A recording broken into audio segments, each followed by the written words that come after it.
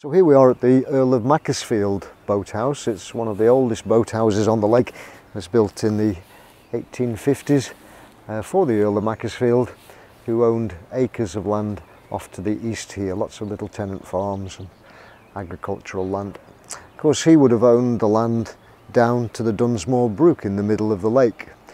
As the reservoir was going to be flooded, an arrangement had to be reached regarding his ownership, and we understand some deal was done whereby he would be allowed to build a boathouse and sail on the lake. Looking at the old photographs, there was a lovely stepped gable on the front.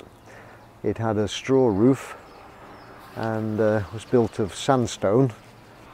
When we took over the lease back in 2008 for the building, it was in a terrible state. The rear wall here was leaning out at some 30 degrees and about to collapse. All the roof timbers were completely rotten, and the step gable on the front elevation had collapsed into the lake long ago. So we took the stone from the rear wall and put it onto the front, replaced the step gable as it was originally, and then went down 3 meters at the back here in order to put in a new footing for the rear wall, which has been rebuilt from new stone. The building actually is very green. It runs on batteries on powering LED lighting. There's a wood burning stove in there for heating, and the roof is covered in green oak tiles. We actually bought an oak tree from Harrogate that was due to be felled, had it sent to the potteries to be cut into planks, and then to Congleton to be cut into tiles for the roof, and the remaining boards were actually used for the floor.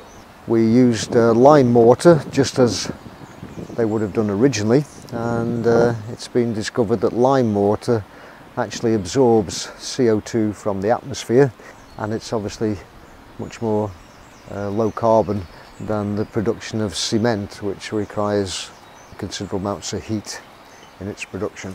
Inside we've depicted the boating history of the lake, the types of boats that were used in the early 1900s right the way through to the new technology and new materials that are used today.